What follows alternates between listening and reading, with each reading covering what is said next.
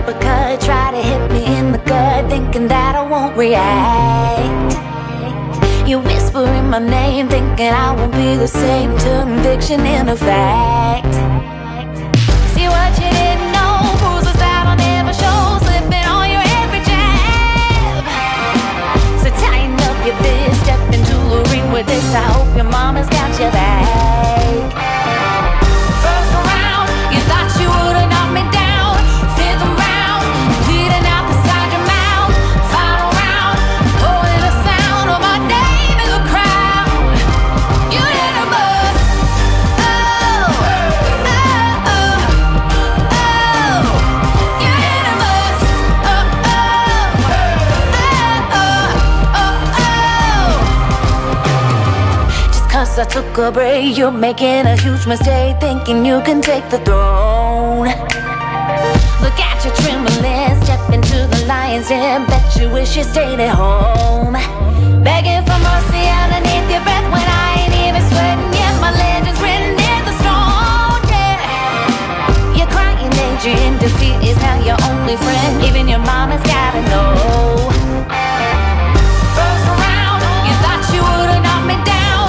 Fifth round, bleeding out the side of your mouth. Final round, holding the sound of my name in the crowd. You hit a buzz. Oh, oh, oh, oh. You hit a buzz. Oh, oh, oh, oh, oh,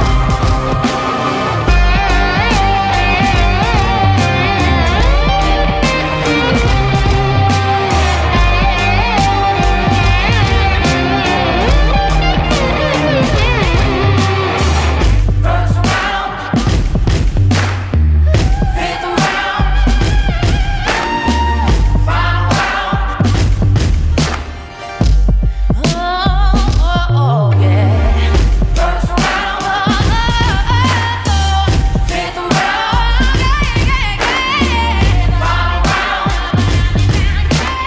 No, no, no, no, no, no. First round, you thought you would've knocked me down. Fifth round, bleeding out the side of your mouth. Final round, holding the sound of my name in the crowd. You hit a buzz. Oh, oh, oh, oh. You hit a buzz. Oh, oh, oh, oh, oh, oh.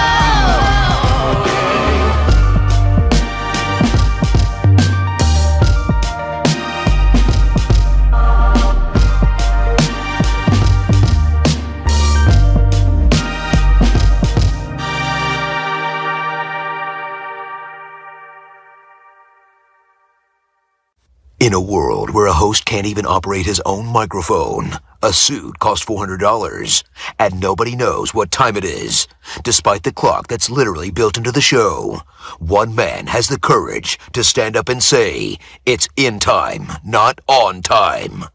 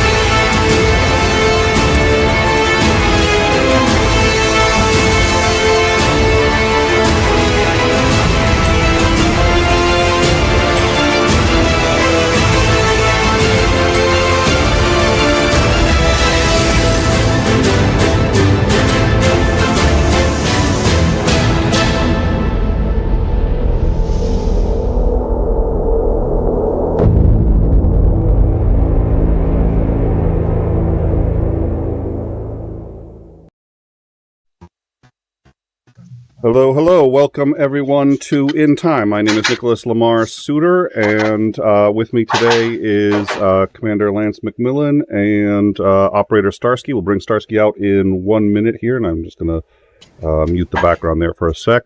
So, thank you all for joining us. We are going to have on, let's see, next week we're going to have Rick from Ukraine, Rick the Ukrainian, is going to be on to discuss his experiences in being occupied by the Russian invaders. He's also going to be discussing how and why he dubs the interviews of captured Russians into English, making it accessible to all of us. I think it's an amazing project. I think there's a lot of important stuff he does there, and I think the videos are very surprising. It reminds me a lot of what Starsky said when, his unit was asked by the Russians, "Why are you shooting at us? Why are you shooting at us?" It's like they really have a very different grasp of reality than everybody else.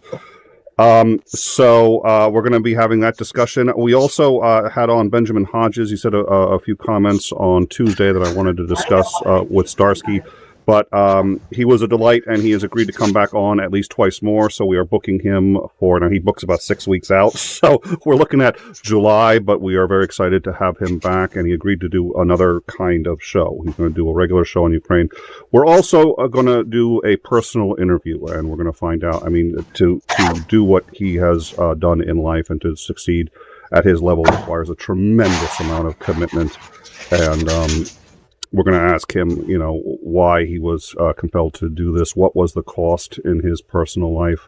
Where is he now? How many of his goals has he accomplished? And what does he think could be improved with the military? What does he like most about it? And his view on military versus civilian infrastructure and architecture in the United States and our Constitution. I think it's going to be a great discussion, and we're looking forward to that. We're also going to be following, obviously, all the regular U.S. stuff. I know we've been doing Ukraine a lot, and there's a reason it's important, and it's happening right now. But in the talks about the debt ceiling, what people seem to have missed is that it looks like Trump may have been practicing hiding documents from the feds and having members of or people under his employment at Mar-a-Lago hiding documents and moving them in case the feds arrived. This would be extraordinarily serious, and his mens rea, it's the ball game. It demonstrates that he was deliberately and purposefully hiding this information. We knew he couldn't. We're going to discuss that as soon as we get more on it. All that's going to be on our Discord. So come on to our Discord and find out what our schedule is and what we're doing. As always, please like, subscribe, and share, and that really helps us out a lot in the algorithm. And without further ado, let's bring out Operator Starsky. So, and of course, the thing isn't going to respond right now, is it? There you go. Operator Starsky, how are you, sir? Hello, everyone. I'm fine, more or less.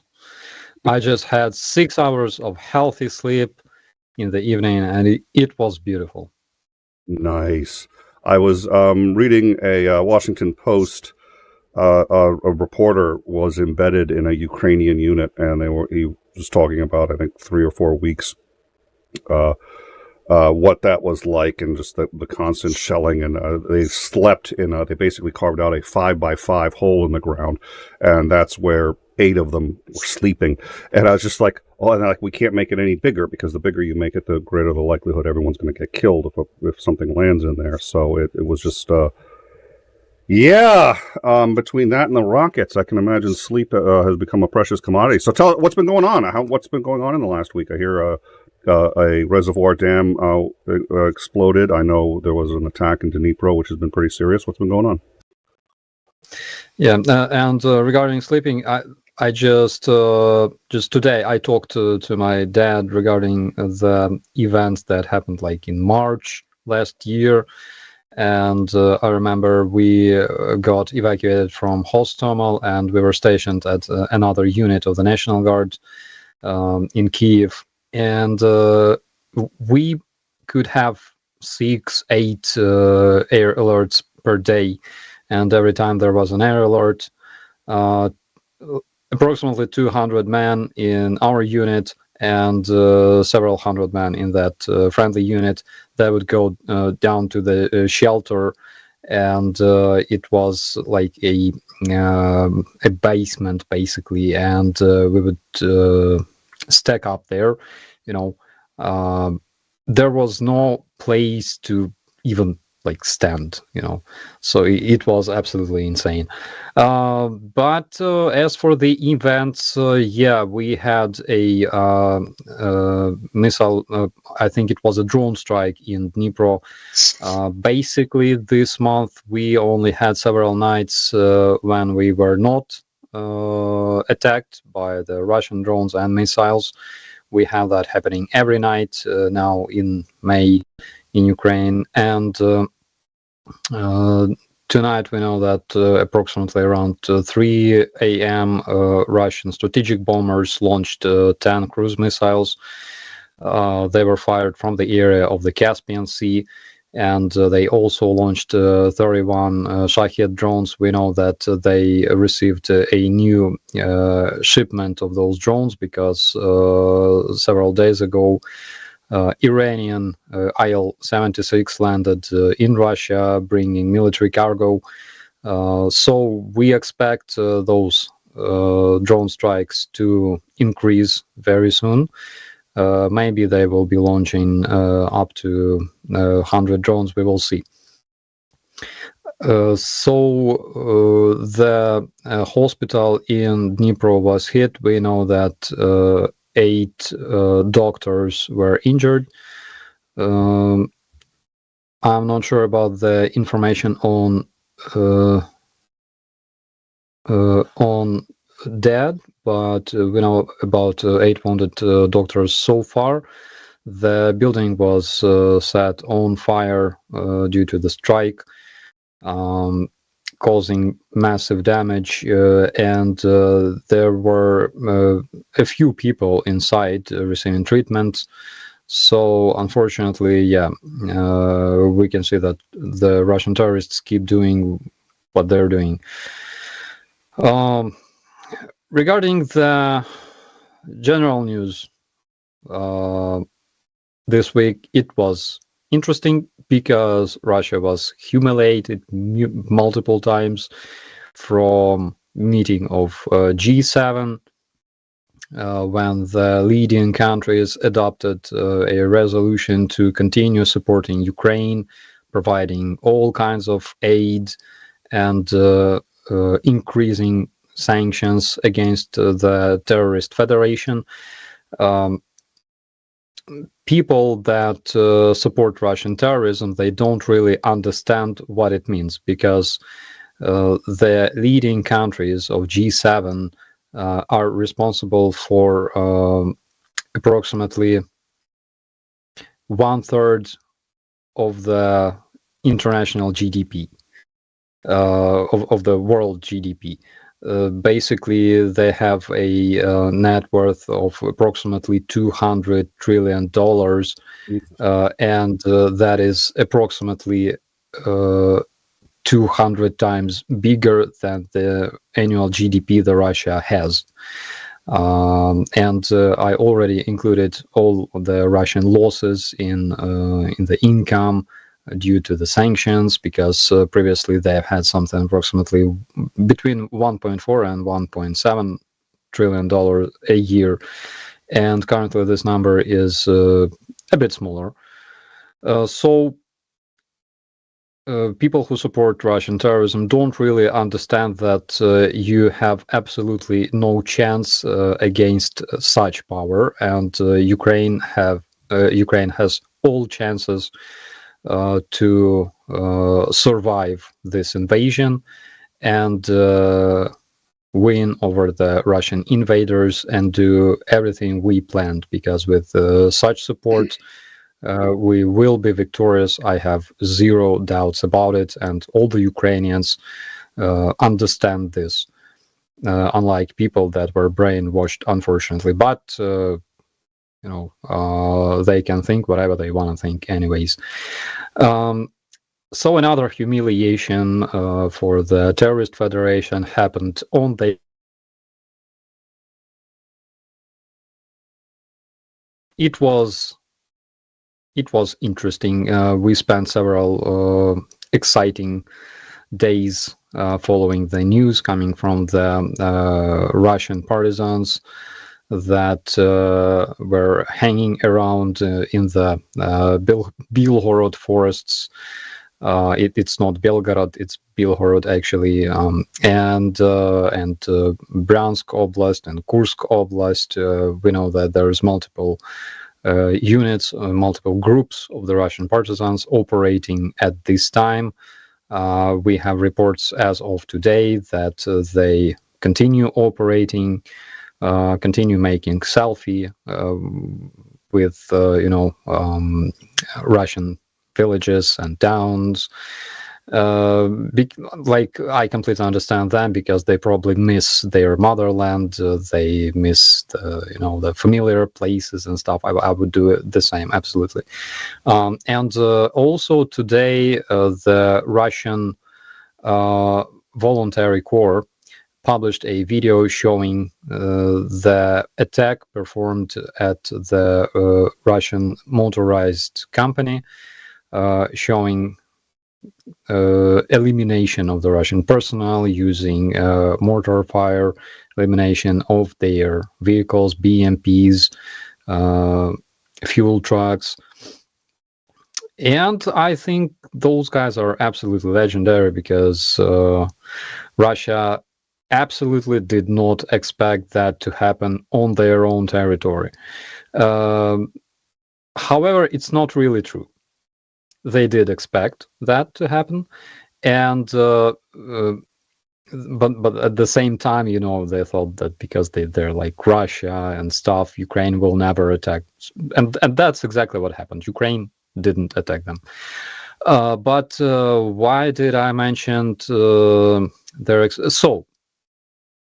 Prigozhin decided to train the local territorial defense in Russia. And just to think about it, what is the reason they even have territorial defense in Russia? Because they decided to invade Ukraine. They thought that everything will go according to plan. They will take control over Kiev in several weeks, bragging that it will only take like 3 days. I think Simonyan was talking about 2 days. She's very optimistic person. And currently, after 457 days of the failed Russian war, we can see that they still didn't gain any control over any of the 22 major cities of Ukraine that were not occupied prior to 2014. They have basically no significant military gains, because if you don't control a major city in Ukraine, that's it tells a lot.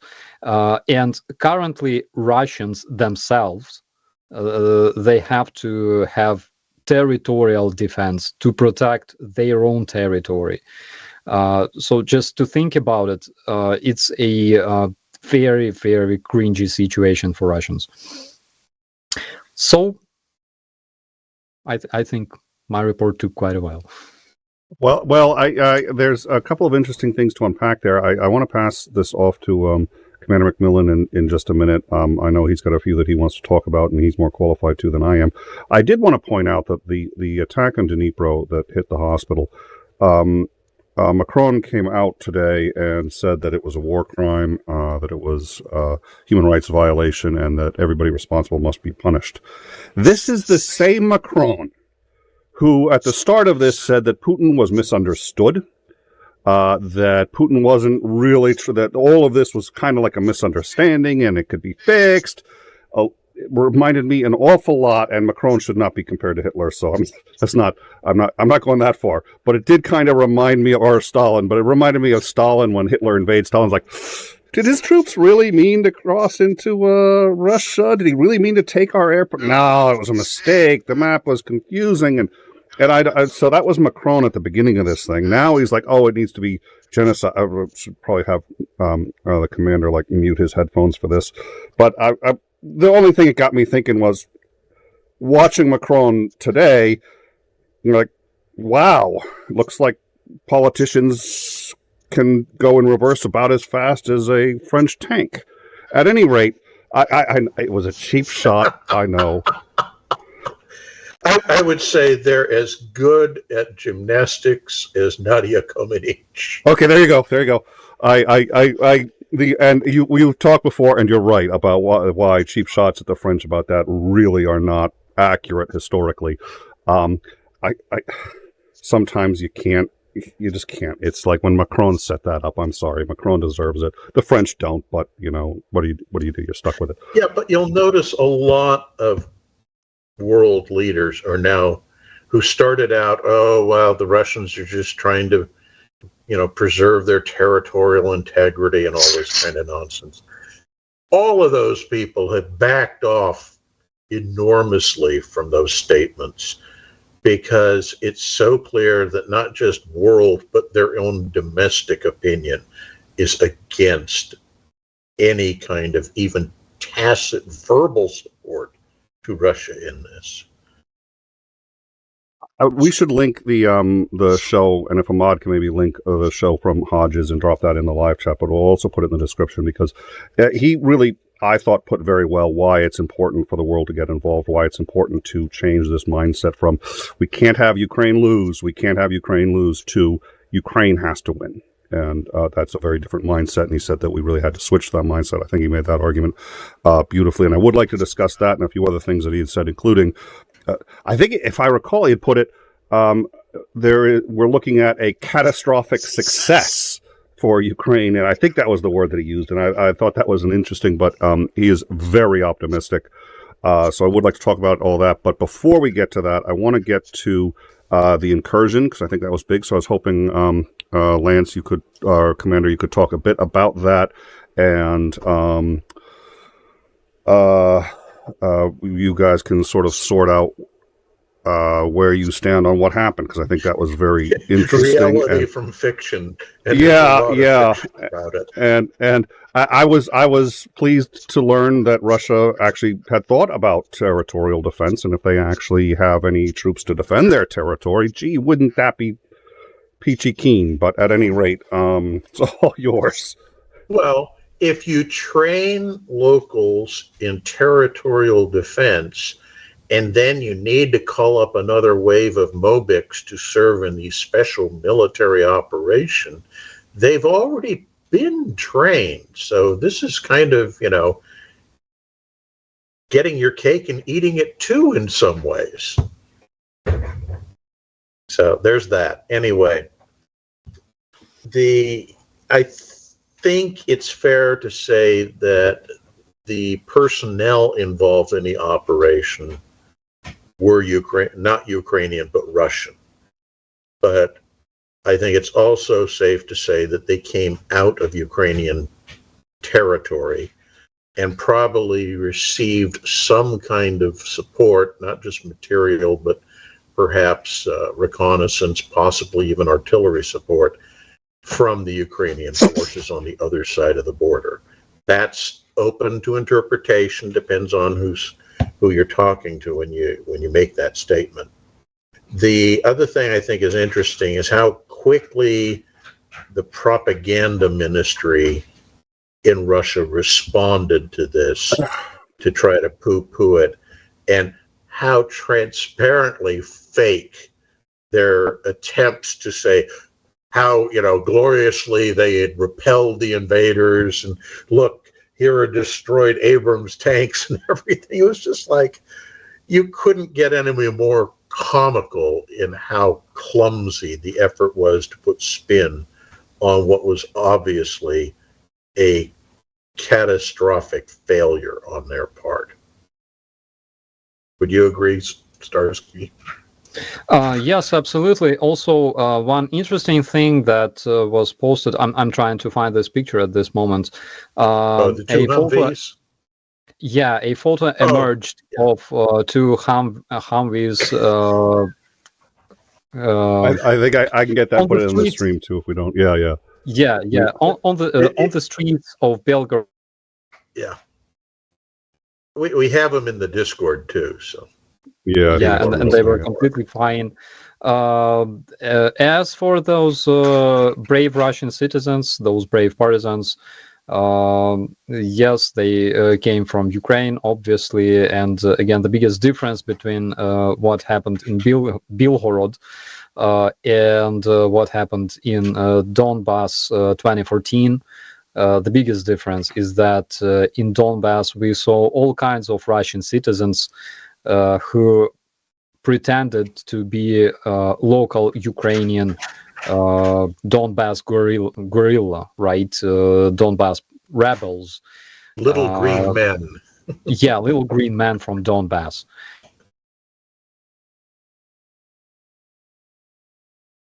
Citizens who wanted to remove the fascist Putin's regime, and they were completely professional because, again, they received a lot of training. They spent a lot of years in Ukraine. Some of them spent several years in Ukrainian military. Some of them joined during this invasion, but some of them were fighting since 2014, actually. Ilya Bogdanov from the Russian Volunteer Corps, he is former Russian FSB officer who switched sides when Russia invaded Ukraine in 2014. He switched sides, and actually he's a very experienced man. And he was also saved from the FSB several years ago when they attempted to kidnap Ilya, but the security service of Ukraine performed a very professional operation, and his kidnappers were either captured or shot, eliminated, and Ilya was saved. And now he has all chance to pay back, you know. And I personally respect Ilya very, very much, because here in Kiev he has some very, very nice restaurant of Oriental food, you know, and you know, I like that stuff. Another thing regarding the Russian propaganda, because Russians didn't really know how to react to that, because it was completely 100% unexpected by the Russians. And in the beginning, Gladkov, the so-called governor of Belgorod, Independent People's Republic of Belgorod, he said that it was just a Ukrainian psyops, everything is fine, you don't have to worry, there's no partisans in Belgorod. Later, he had to admit that, yes, the counter-terrorist operation started in the area, and he called people to evacuate using their own transport. And later that night, I believe around midnight, they already declared that everybody was finished, that all the partisans were eliminated, 100,000 of them, and all of their vehicles and stuff, and the counter-terrorist operation finished.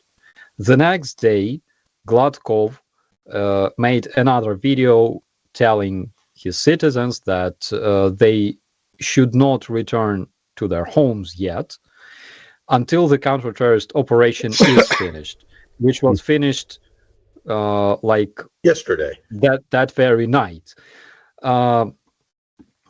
So we can see that they were completely, I would say, caught off guard. Absolutely. This operation again proved that Russia has zero forces to protect their borders. But the funniest thing was General Lapin, the one who lost Liman in Ukraine last year. And he was portrayed as, you know, this makeshift General Patton, commanding troops, showing the BMPs that they should drive straight, because, you know, there's a big risk that they can get lost on the straight road. That's why you gotta, you know, command and stuff. And do some gestures.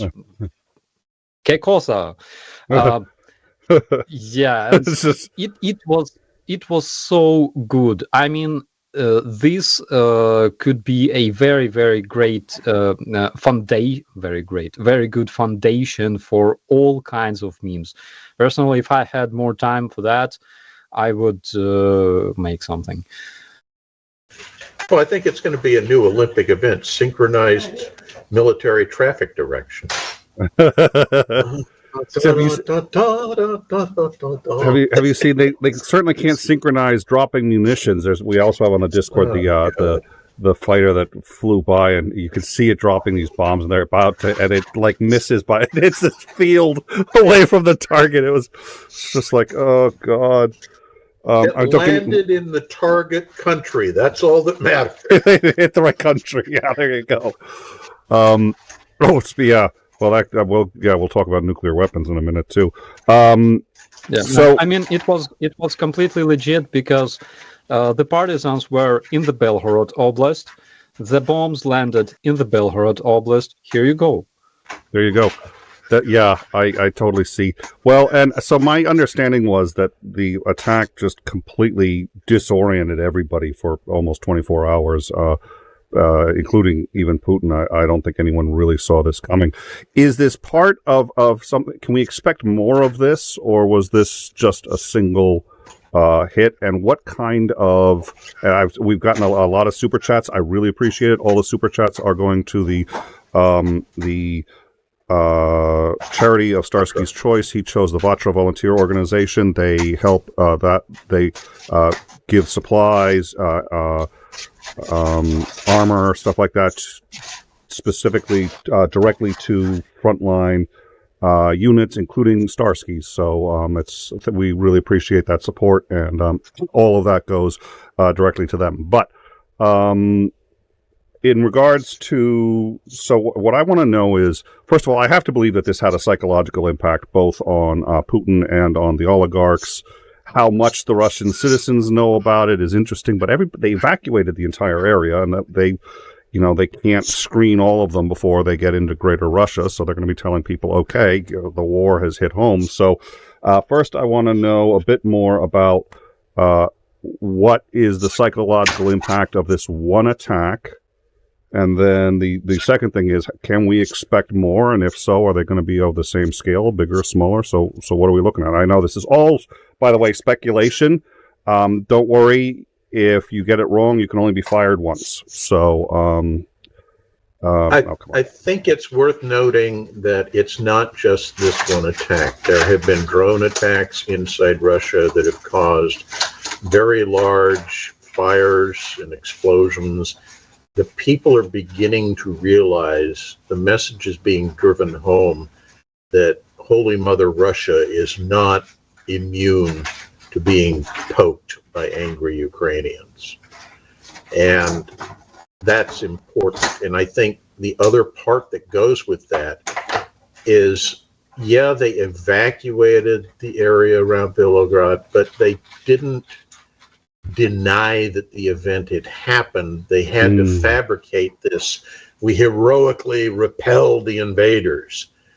And that was important to the narrative that they have to put out now, too, because word is getting out, both between this raid and the drone strikes, that they are at risk inside Russia proper.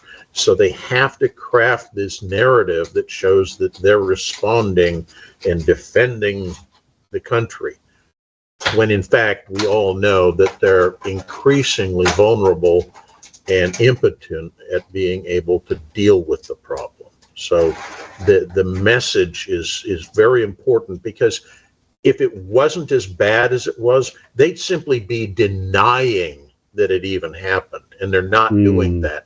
They're spinning the event. Starsky, any thoughts? So this operation had let me interrupt real quick. Commander, if you can mute while you're not, because there's a lot of shuffling of papers or putting away of groceries or something in the background. So if we could, thank you. You were saying, Starsky. The operation had a tremendous effect on the Russians psychologically. The best evidence is that for the whole day until the very evening, the Russian officials, and I'm talking about the highest level, were not able to comment on the situation, and they were completely silent until Peskov made this statement that they are deeply concerned about what happens, that they are disturbed about what happens in Belgorod. It's disturbing news, you know. Some invasion. It's very bad, you know. And another thing, the Russian partisans, they had a press conference the other day after this operation, where they explained their experience, and they stated that they will continue performing other operations on the Russia's territory, because before this there were a bunch of reconnaissance operations conducted in Belgorod and Bryansk and Kursk, but now they started a new phase of this liberating war on the territory of the Russian Federation, and I'm sure that soon we will see a lot of new updates from the Russian partisans. Also, they posted several new videos and photos from I believe Kursk Oblast, I believe yesterday.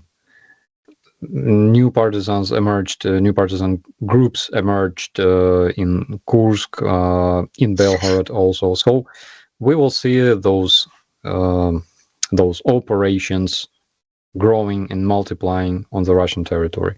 That's exactly what they need, those territorial defense forces. But at the same time, I have information that the territorial defense in Russia are not receiving weapons at all. So wait, what? So they have a big opportunity to become POWs in Ukraine, breathe the air of democracy, probably have some better food, that unholy crap that they have in Russia. No idea how they can even survive this. I don't get me started. McDonald's saved my life. It was the Soviet Union at the time. I was one of the last Americans out of the Soviet Union. I remember we were at a summer camp. When you say camp in Russia, you have to clarify, because there are a couple of different kinds. But so the lunch was chicken soup, or actually I think it was like chicken porridge. They'd made porridge, and the chicken was still in the porridge, and there's this like leg sticking out, and there's this grease and all these feathers in the porridge, and I'm like, what's that? They're like, oh, it's a delicacy. I was just like, yeah. So we didn't eat. I basically was nothing but water until we found the McDonald's in Moscow, and I was just like, I ordered 6 weeks of food, paid $1.50 for it too. But at any rate, I will remember the foot sticking out of and there was like a big thick layer of yellow grease, or I don't know what the hell it was, and they're all like, they're not happy about it, but they're eating it. And I was just like, and then that was when you could find silverware. Now, Prigozhin said something that was really interesting about this. He kind of seemed to suggest to me that Wagner may join the partisans. He said that Putin needed to be careful, because if things continued the way it was, many more, there would actually be, and he used the word revolution in Russia, which you're not really supposed to say that in public. Commander, did I get that correct, that he said that? And was your read, what is he thinking? I mean, I know he was really close to Putin. I know they were best buddies, and Putin gave him a lot of leeway. Yeah. We also know that's sort of gone. I mean, yeah. My understanding is that he didn't say directly. He kind of implied that if things don't change, there might be. So It wasn't a I'm going to join rebels and overthrow you. But it was this not so subtle implication that if you don't do what I want, bad things can happen. You know, I need to be more in control, more in power. You need to give me a bigger slice of the pie. So it was kind of ridiculous, but. Well, I'm thrilled. There's nothing better that could happen right now than, the head of Wagner, getting into it with Putin. But it's still like, I mean, There are lots of tall buildings in the area. Let's just leave yes, there are. There are. And the wind gets, you get near an open window and boom, you die of deceleration sickness. But the thing is, that also implies that he's got no respect for Putin, which is fine, but showing that publicly is an interesting life choice. Not usually a long-term strategy for good health, but having said that, that also means he really thinks Putin is losing control and losing power because he feels free to say something like that, which struck me as a dear Lord. Putin's killed people for a lot less. My guess is he's actually acting as a front man for some oligarchic faction. And they're pushing him to make statements because they know he's a useful idiot. Because he doesn't think about what comes out of his mouth. He's very Trumpian in that respect. So he'll say the things they're kind of coaching him to say to test the waters, if you will. How far can we go without getting a bad reaction, sort of thing. I want to go back to something that Starsky said, and I think a lot of people don't recognize how significant it is. The partisans held that press conference, and there were two primary factions that were present. Their heads were their heads of PR, I don't know which, were there making statements. They did it together. Neither side looked like it was making even the remotest amount of criticism, trying to grandstand over the other. That is enormously significant because typically with organizations that are operating in this fashion, they're all competing interests of who gets to be top dog in the post-revolution period. These guys, at least for now, all seem to be very consciously making an effort to put up a united front of how they're trying to approach this problem. And I think that's something that is easy to miss and easy to misunderstand how important it is. Well, and at least one of them was hard right, if I recall, and I don't remember if the other one was hard left or just sort of a more moderate. But as I recall, at least one of them is very hard right, and they're still they're on different sides and they're working together. Yeah. So, level 70 for $29.99 Canadian. Can someone please explain what limitation the U.S. has put on Ukraine in regards to attacking within Russia? If Ukraine regains all their territory back and Russians keep launching their missiles, then what? There's a reason I waited on this is because I wanted to dovetail this with what Ben Hodges had said, and I'd like to get both of your inputs on this. But, Commander, you and I have spoken in the past, and one of the things that I lamented is the shackles being put on Ukraine, which Ukraine has basically completely abided by, despite it really not being fair, in regards to attacking inside Russian territory. And one of the reasons is, if they hit by accident any civilian, anything like that, international support is going to quickly go away. It doesn't matter that they didn't start it. It doesn't matter that they're defending their homes. It doesn't matter that they're trying to stop genocide and that it's an accident. It's, it doesn't unfair. Matter that they weren't targeting said hospital, school, or whatever. Yep. It's just bad visual. And I have a bit of a hard time wrapping my head around that, but I'm also aware that people don't care about nuance, and they see on the top of the paper is 6 children dead or whatever happens. So the U.S. has been putting restrictions on where Ukraine can strike, and to help enforce those restrictions, the U.S. has been withholding the longer range weaponry that would allow them to hit past their own borders. They can really only hit sort of within their own borders and where it's occupied right now. So Hodges, General Ben Hodges said on Tuesday that he felt this was a profound mistake, that they are obviously defending their country. None of this would have happened if Russia hadn't invaded. And we've talked about this before. Until Russia is feeling some of the pressure, until the civilians, the people in there, are realizing that they're at war and that there are consequences, which is why the partisan attack was so important, because it's like, oh, wow, there's really a war going on? It's like, yeah. He felt that a key component of winning for Ukraine would be the ability to strike inside Russia, and they would ultimately have to get that sooner rather than later to save as many lives as possible. You have said, sir, that basically there's going to have to be a compromise, and there's going to have to be some kind of, meeting of the minds, unless Ukraine is allowed to actually invade Russia and is allowed to fight back in that way. Because otherwise, if Ukraine just gets its territory back, Russia can keep lobbing missiles forever, and it doesn't cost them a thing. So why is that limit still there? Should that limit still stay there? And I'm going to ask both of you, but I want to hear from McMillan first. Should that limit still stay there? And will that limit likely be removed, and when? Okay. So I'm going to caveat everything I say here is that I am playing deliberately devil's advocate. I am not making this statement saying I believe it. My feeling is, yes, we have been idiots in holding back. Yes, we should have been giving all the best tools right from the start to the Ukrainians to do what they needed to protect their country. But now on to my devil's advocate side.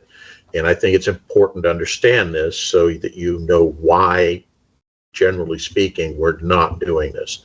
So everything we give to the Ukrainians is with a stipulation that you cannot use it to attack outside your own borders. You can only use it to defend yourself against hostile incursion. We do this because there are people in the upper circles, not just in the U.S., but throughout the Western Alliance, who are appropriately, I would argue, concerned about escalation.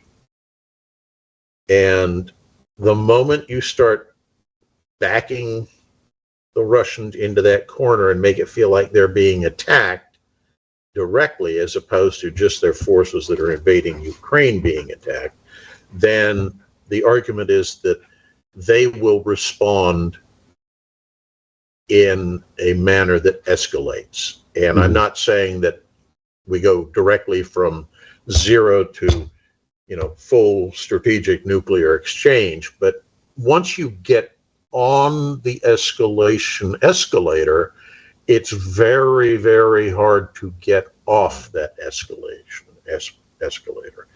People don't understand that. So there's a great deal of reluctance. And you'll notice that first we gave them HIMARS. Well, actually, first we gave them longer range 155 millimeter artillery.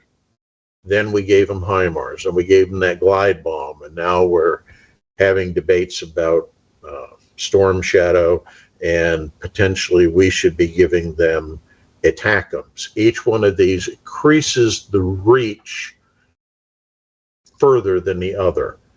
And again, every time we give them something, it's with that stipulation. Can't use it outside your own borders. And it's all because of the fear of getting into an escalatory situation. And as I'm sure everybody can imagine, particularly those of us from the generation that, had to worry about sheltering under our desks for the nuclear alerts. Yeah, there's definitely an understandable fear about going to that point. And again, point out that many of the people in the leadership positions in many of the countries we're talking about are from that generation. So they grew up in a Cold War environment, and they think with Cold War minds. That's the reason that we're doing what we're doing. Starsky, thoughts?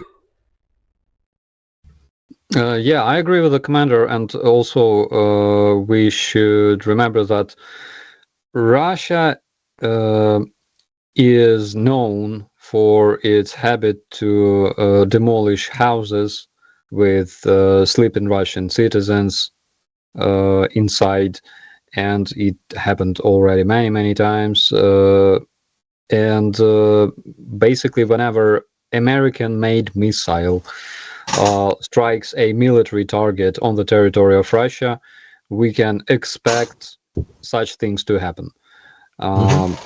So again, there is a big concern that our allies can be recognized as acting parties in this war. So that's the reason we have what we have. At the same time, the more this war continues, the more we see that the limitations are being removed eventually. And I talked about it maybe last year, if you remember, that Ukraine will start winning after all of those countries that support Ukraine stop being scared by terrorist federation. That's exactly what we see, because the more and more countries realize that Russia turned from this huge boogeyman into a freaking joke, and more and more people stop fearing of Russian terrorists, and it's very, very important. Last year we had a problem because we were fighting for survival, and currently we have only one concern: to receive enough weaponry to be able to win this war, win over the Russian invaders on our territory. Situation changed big time, and the main reason is that people around the world stop being afraid of Russian terrorists. There has been. Yeah, I would add incrementalism never works.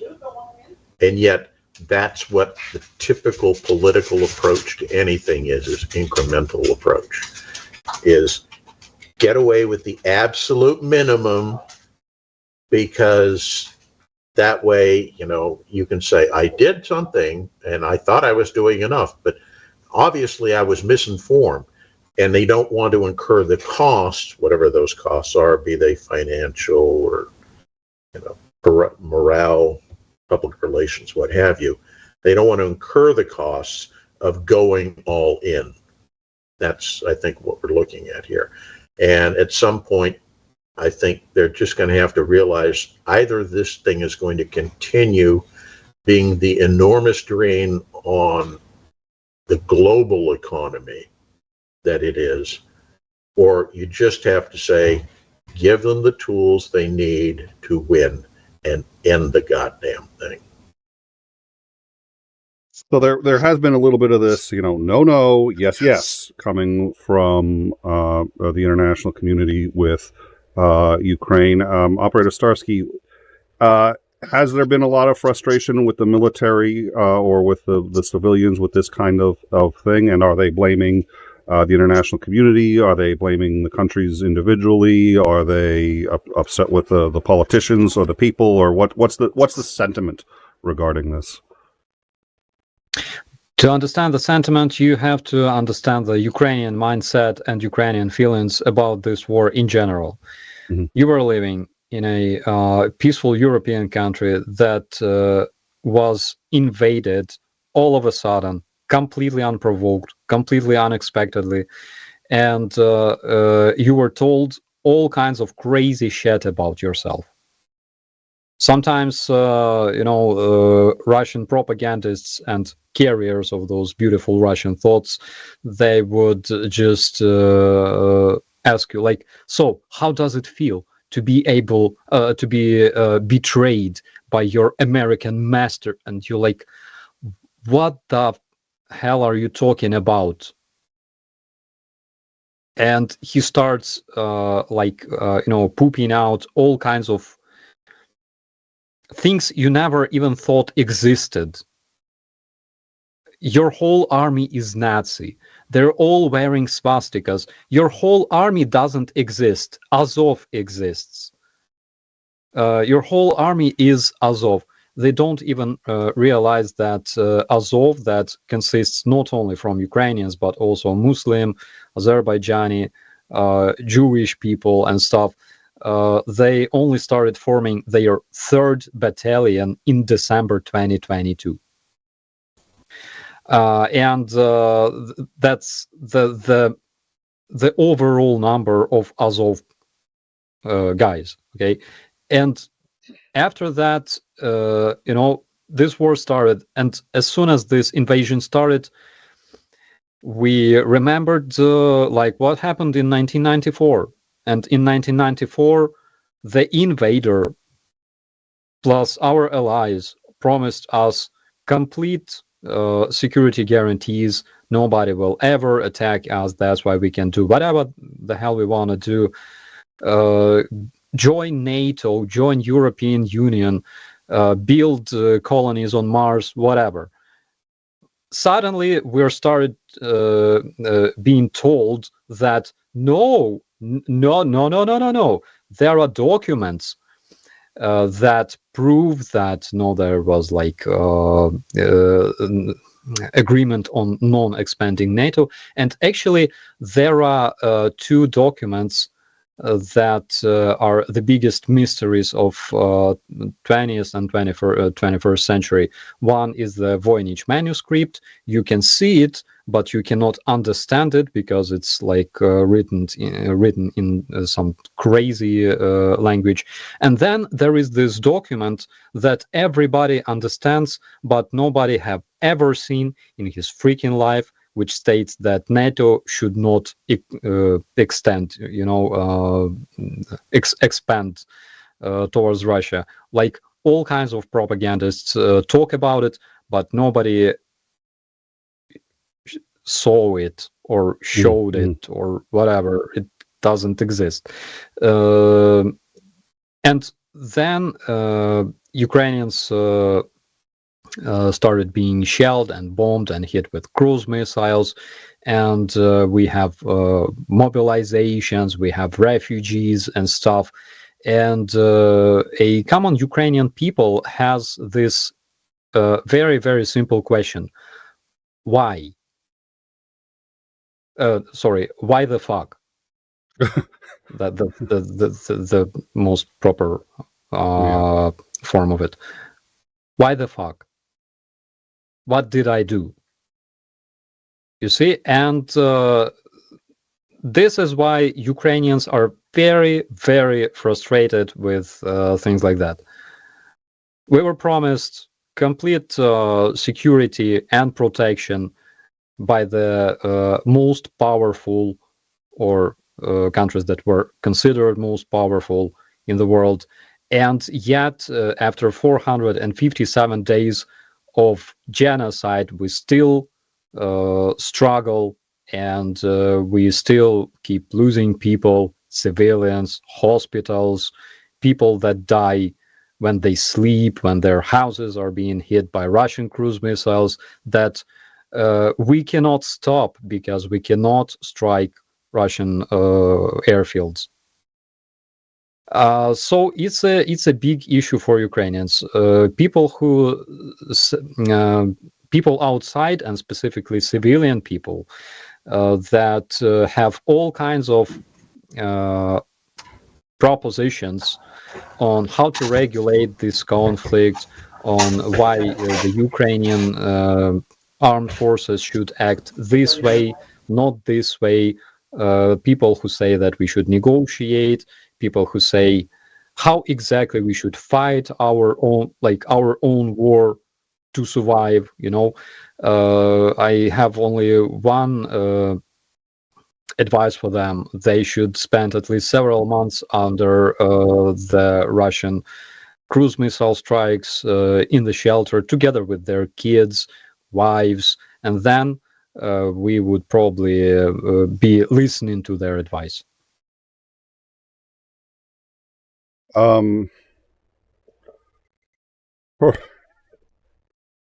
Not a lot you can say about that, is there, Nick? No. My wife would like to bottle that. The first time that I haven't known what to say in a while. The only thought that came to mind was, well, that's fair, but that doesn't seem to quite cut it.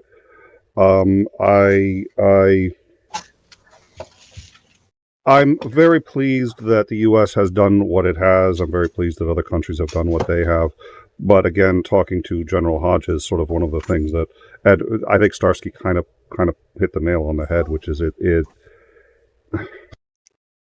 at some point we got to man up and say either we believe in what we believe or we don't, and Ukraine is getting wiped out, and this is going to end one way or another, and if we don't put the gas on the way we want it to end and the way we know it needs to end, not only are we risking that ending, but even if we get it, it's going to take a lot more in terms of cost of life. So it's, I think it's well past. I was about to say, it's about time for the gloves to come off. No, I think it's been well past that, but at a minimum, it would be nice to we've got to stop saying this is what we believe with the implied, but only as long as it's not inconvenient for us.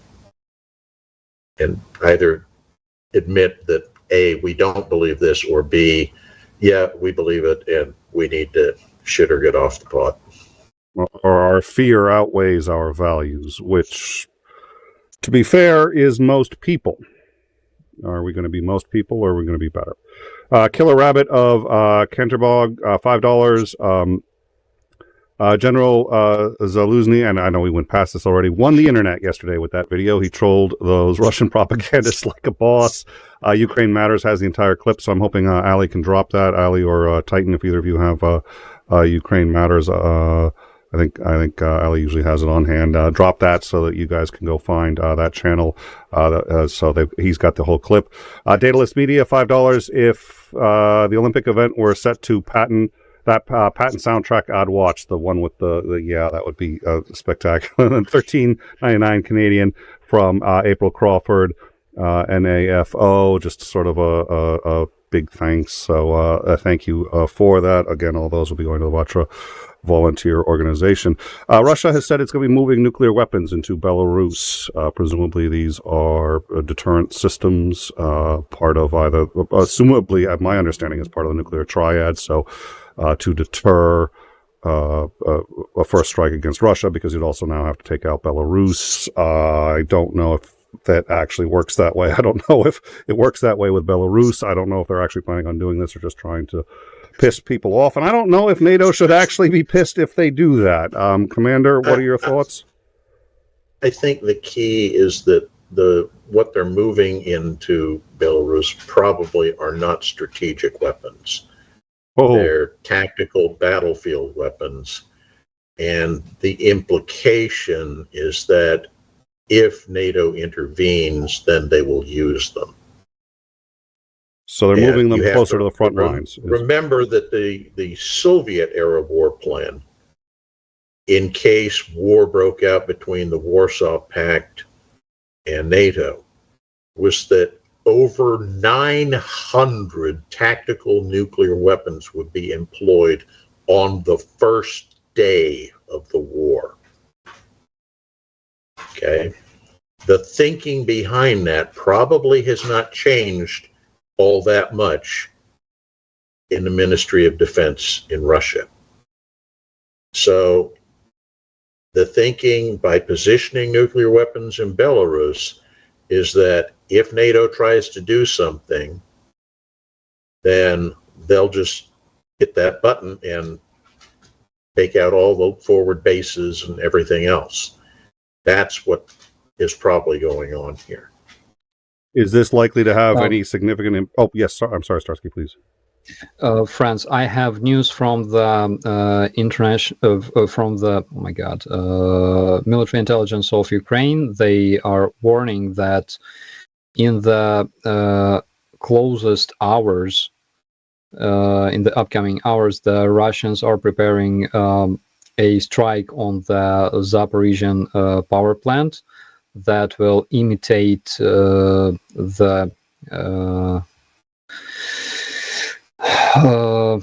imitate the Ukrainian strike, and they already placed all kinds of measures to do that. They also canceled the planned rotation of the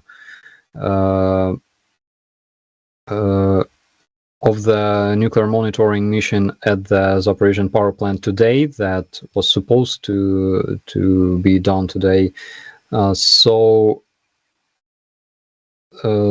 it's said that they also want to involve experts from Rosatom to say that Ukrainians performed a strike on the Zaporizhzhia power plant. So it's very important to know. And it's very important to make it public, I believe. I could not agree more. That kind of thing, we've seen that kind of thing from them all the time, and it was actually kind of funny, at least before the war started, when they, because Ukraine was prepared for it. Everybody knows this is the Russian. I mean, this is the Russian tactic, and by the way, they're very good at it. It works. There's a reason they've done this for 200, 300 years. This kind of misinformation works. Ukraine was prepared for it, and so when a schoolhouse was hit by artillery fire, Russia came out with a picture of the schoolhouse and said, "Look at what the Ukrainians have done to us.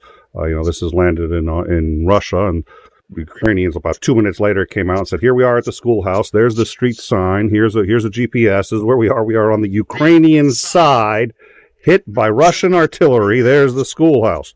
And that slowed down the invasion, and it was absolutely brilliant. So you do need to get ahead of these things. We've heard, Commander, of these kinds of things happening, specifically with the Zaporizhzhia power plant before. So far, they haven't happened, but sometimes we get advanced warning, and it does. Sometimes it doesn't. What are your thoughts on the likelihood of this and or the severity of it? The severity could be hugely devastating. I mean, if you look at where it is and the likely radiation plume that comes out of something of that nature, it's deadly. Larger than Chernobyl, is that correct? Oh, yeah. Yeah. Okay. I mean, Chernobyl was comparatively contained. If you're going to dump weapons onto something, any form of containment ceases to exist, basically. And then trying to get a large response force in to deal with the problem, like you did with Chernobyl, becomes nearly impossible because the area is under threat of constant, shelling. So it's an ugly situation all around. The other side of the question is, where are the prevailing winds from? Where is the radiation plume likely to descend?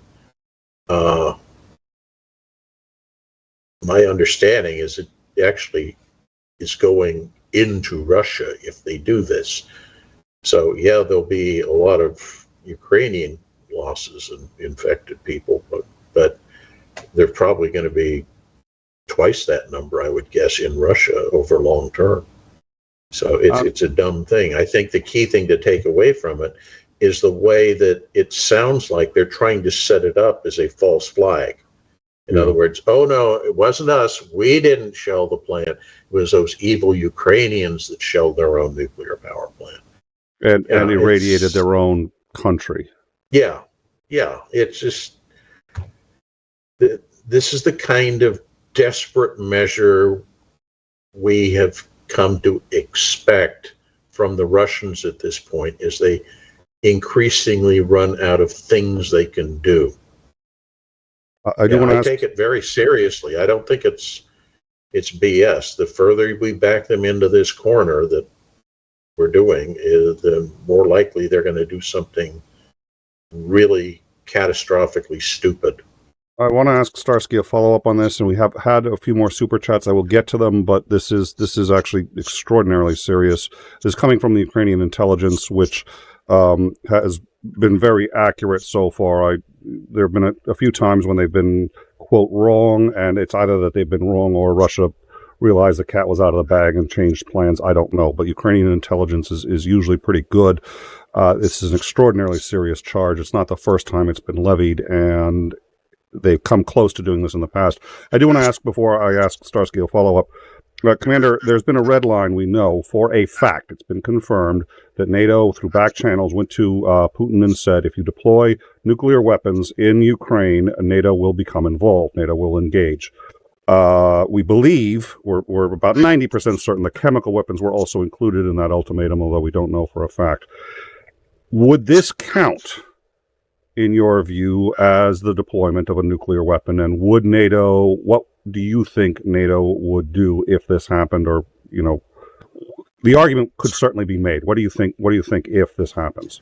I don't know if any pre-event discussions have been held to this. I think, given the number of times this has been threatened, they probably have. I don't know what the consensus would be within NATO, but I think it would be something that would certainly be likely to trigger some sort of NATO response. What that is, I can't say. I keep thinking that before we get full NATO intervention, we're going to get something along the lines of a declared no-fly zone over Ukraine or what have you, enforced by NATO. Operator Starsky, there was a question about this in the live chat. I'll roll this into a question I was going to ask anyway, which is how prepared are the civilians and the military for this? Do they have iodine tablets? Have they practiced what to do if 𝐍𝐢𝐜𝐴 gets hit? And what kind of consequences are we looking at? There's a dam reasonably far north, but it's still in the area that supplies water for 𝐍𝐢𝐜𝐴 and for all of Crimea. What happens, and I know you're not an expert, I know you probably haven't sat down and studied this, roughly in your view, what happens if that plant goes off? Currently, we can see that the winds in Ukraine, specifically in that area, they are directed towards southwest, towards basically Mykolaiv, Odessa, that region.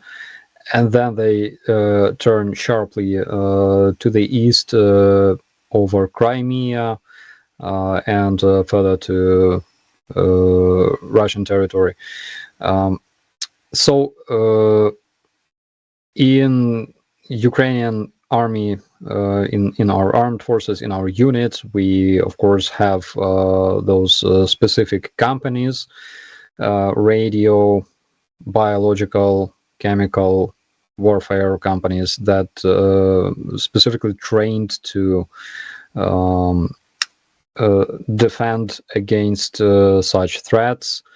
As for the rest of the and again, at the front lines, from what I can tell, you don't often carry all your protective baggage with you, like the gas mask and stuff, because on the front lines, you just have whatever you need in your trench, or when you're out operating, you have whatever you need, which is basically water, some snacks, a lot of ammo, and basically that's it. Nothing like gas masks, nothing like antidotes or anything like that. So again, we're talking about radiation. You cannot protect yourself much against radiation. It's not a biological weapon or chemical weapon when you can just inject some antidote and feel fine. It's a different thing, and it's horrendously destructive to all living beings. That's why if Russians do that, we are all screwed up, including Russians themselves. Well, that seems, it is, no matter how much I see it, it is still always a shock to see just the absolute indifference Putin and his allies have to Russian lives. It's not indifference, it's callousness. It's deliberate callousness built into the system. Yeah. So, Starsky, if you have a link or anything that's public that you can send to me on any means, Discord, Messenger, whatever, I'd appreciate it. We'll keep that an eye on that on the Discord, because that's obviously very serious, and we take Ukrainian intelligence saying that seriously. That we've had warnings of that before, something like that, and sometimes it pans out, sometimes it doesn't. They probably just have enough intelligence that's worth letting people know. So we'll stay on it. It's important. So thank you for that. That'll be on our Discord, and we'll follow up with that. And so Starsky, if you send me anything, we'll put that right on the Discord and let people know as we get it. And we'll be following up on our own as well. I swear to God, this guy... I've met a few people who troll with their usernames, and they think they're clever. Titan. So this one, I'm contractually obligated to say it, so I will swallow big, gay, sexy ball. Did I just say I would swallow big, sexy? I didn't. Okay, I think I need to start this one over. I will, I'm just going to say it. Big, gay, sexy balls, 22 pounds. No, it's not pounds, it's euro. Good. I didn't want the big, gay, sexy balls for 22 pounds. You know what? I think I'm just going to bail on this entire. Thank you so much for your. It's 22 euro. NATO needs to grow a set of balls just like mine. Thank you very much for your super chat. Level 70 again. Yes. Thank you. So we'll break the tension a little bit. That's good. Thank you, Mr. Balls. Canadian 13.99, level 70. Starsky, do you have any information on the Ivan curse? Has it sunk? I also saw Ukraine develop new underwater torpedo drones. They look like they can sink an entire Russian Black Sea fleet. I'll get that answer in a second, but while we're doing these, the Sinister Porpoise, 10 months member, said Slava. So thank you very much for that. Starsky, about the ship. Yeah, there are several types of drones that we can see that were used during this war. There's how do you call it in English? The above water drone, floating drone, surface drone. Yeah, surface drone. That's the word. And then the underwater drone was also developed, which looks like a torpedo basically, and it's remotely controlled, and it can be used very effectively against Russian vessels. I'm not sure if I have the infographics on that. No, I deleted it because I'm stupid, but yeah, it's another sort of weapons that we have in our possession. It will be very, very interesting to see those drones being used against Russian ships. Yesterday, by the way, again, Russians were claiming that the drone attack on this Russian vessel failed and all of the drones were destroyed. They didn't know, though, that those drones are equipped with cameras that we can record everything that those drones can see. And I'm not sure if people know about. I think everybody already saw that video with Ukrainian unknown Ukrainian. There was no Ukrainian flag on this drone, right? In the middle of the daylight. It was the Atlanteans. They're coming back with a vengeance. Lance, I think you're not taking that video very seriously, Commander, is the impression I'm getting.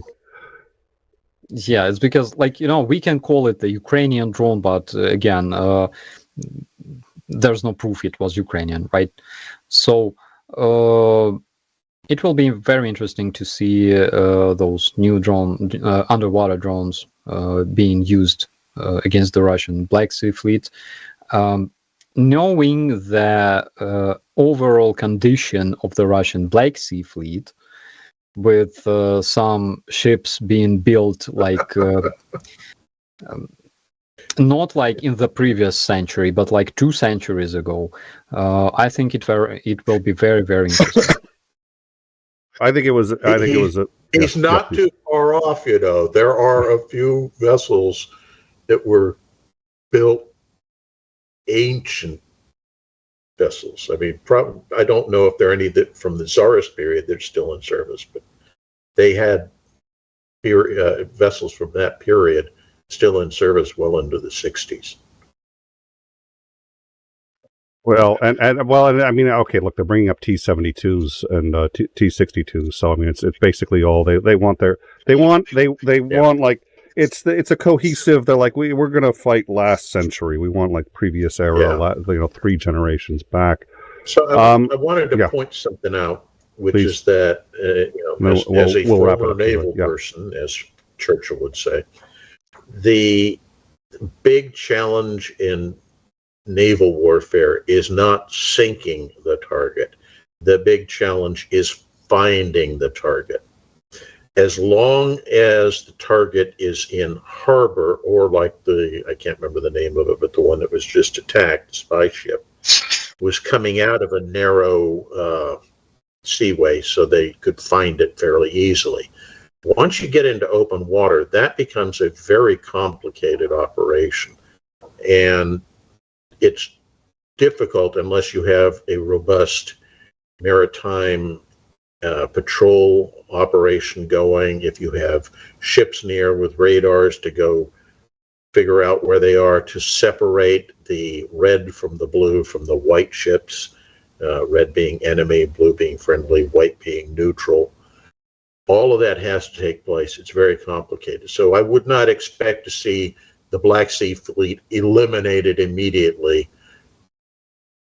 It's an overtime, very carefully planned, and more importantly, very taking advantage of opportunity kind of operation that you would be seeing. When does that target present itself? If you're dumb enough to come in close to the coast, like Moskva did, bad things will happen to you. All right.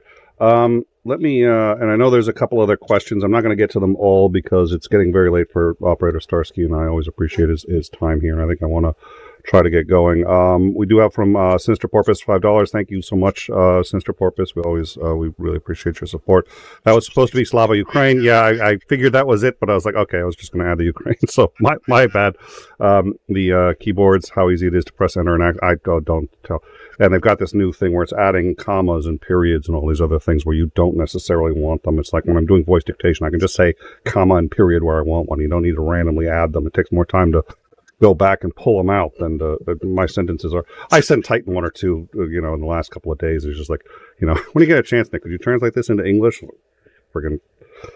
All right. So, here's what I think we should do. So, Operator Starsky, thank you very much. He sent me the link. It is to the Defense Intelligence of the Ministry of Defense of Ukraine. And it's a warning about a large-scale provocation to create radiation danger. So that is on our Discord. It's on both the Breaking News and the Ukraine channels on the Discord if anybody wants to check that out. And I think we should stay on top of that for the next few days and see what happens. So anything else before we go? Did anyone have any comments or anything that we missed? We missed one thing, which was I had failed to have ready, but have them now. There we go.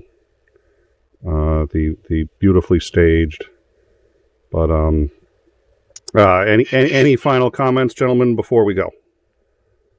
I want to find sorry, Commander, I need to find, and I will send them to you, pictures of those Humvees literally in Belgorod with night lights and everything, like working. They arrived there themselves, and then they moved out themselves. So I will find this photo, and I will definitely send it to you. Awesome, thank you. Yeah, the other one that I can find, but I don't want to show it, it's kind of ugly, is they lined up the bodies of the enemy who were supposedly killed in the intrusion. And you look at it, and you go, there's something wrong here. And then you realize the uniforms they're wearing are not the ones in the pictures of the raiders that were taken before and after the operation. So either they did a, quick change operation while they were fighting the battle, putting on different uniforms, or they just, let's take some of our dead people and pretend that they're theirs. Oh, well, yeah, well, it's like, I see that, it's like, I can't die in this uniform. Are you kidding? It clashes. It's just the colors are, oh, dear Lord. All right. Thank you all very much. Any appearance from Futch? We haven't yet, I suppose. They're obviously right. You can't, between Futch and Macmillan's dogs, it's I know there's a requisite. We haven't seen them yet. But we'll make sure he gets an appearance next time. So thank you all for joining us. Thank you, Operator Starsky. It's a delight as always to have you here, Commander. Thank you for your insights as well. We will have on Tuesday Rick the Ukrainian to discuss, as we said before, he dubs. There are a lot of reasons I think this is an important project, and we're going to discuss it. But he dubs the interviews by the Ukrainian army of Russian POWs. He dubs those into English. He really takes it very seriously, and really puts emphasis in on the language. So you're not just reading the subtitles. And I think I look forward to hearing why he does this, because I do think it's important. And my suspicion is he's learned a lot in doing that. So we're going to have a discussion with him on Tuesday. Looking forward to that. We have on, let's see. We've got we got a couple other shows. I'm going to hold off on what those are because we haven't finished booking them yet. We do know Hodges has agreed to, General Hodges has agreed to come back for 2 more shows. And one of them I'd like to just be, just a sit down chat, personal interview, why he joined the military, what he learned, what he got out of it, what he had to pay to do that. And I think that's going to be a great interview. So we'll be having him back probably in about 6 to 8 weeks for that. Please like, subscribe, share. If you like our content, one of the best things you can do is share it. We love the super chats, and we really appreciate those. We hope those keep coming, and those go to charity whenever Starsky's here. But sharing the stream is another great way. It's free, and it really helps us out. And if you're sharing it with somebody who likes it, it helps them out too. So thank you all very much for your support, for coming on. Operator Starsky, please have a pleasant evening. Commander, I look forward to chatting with you later. And to everyone in our audience, thank you guys so much, and we look forward to seeing you on Tuesday for Rick the Ukrainian. Have a good night all. Take care.